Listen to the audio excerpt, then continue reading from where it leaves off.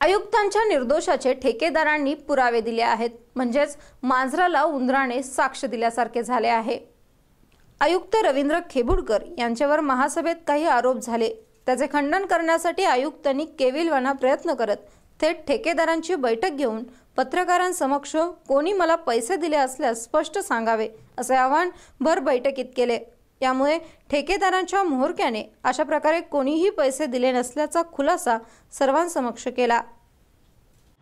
आज सर्व कॉन्ट्रॅक्टरांच्या आपल्या सर्वांच्या समोर, सर्व पत्रकारांच्या समोर, सर्व मीडियाच्या समोर की आयुक्त खरंच काय करतो आहे हे समजावं, ह्या हेतून आज हा विषय मी ह्याच्यामध्ये घेतला आहे। यामध्ये कुणाचा काही हे असू शकतो, पण तशी भूमिका प्रशासनाची कधीही नसणार। कुणाचा पारदर्शकतेबरोबर प्रामाणिकपणे काम करण्याची आणि प्रशासनाला एक ताकद देण्याची भूमिका आयुक्त म्हणून जी माझी आहे ती मी पार पाडण्याचा आजच्या ह्या बैठकीमुळे नक्कीच साध्य झालं असं माझं मत आहे।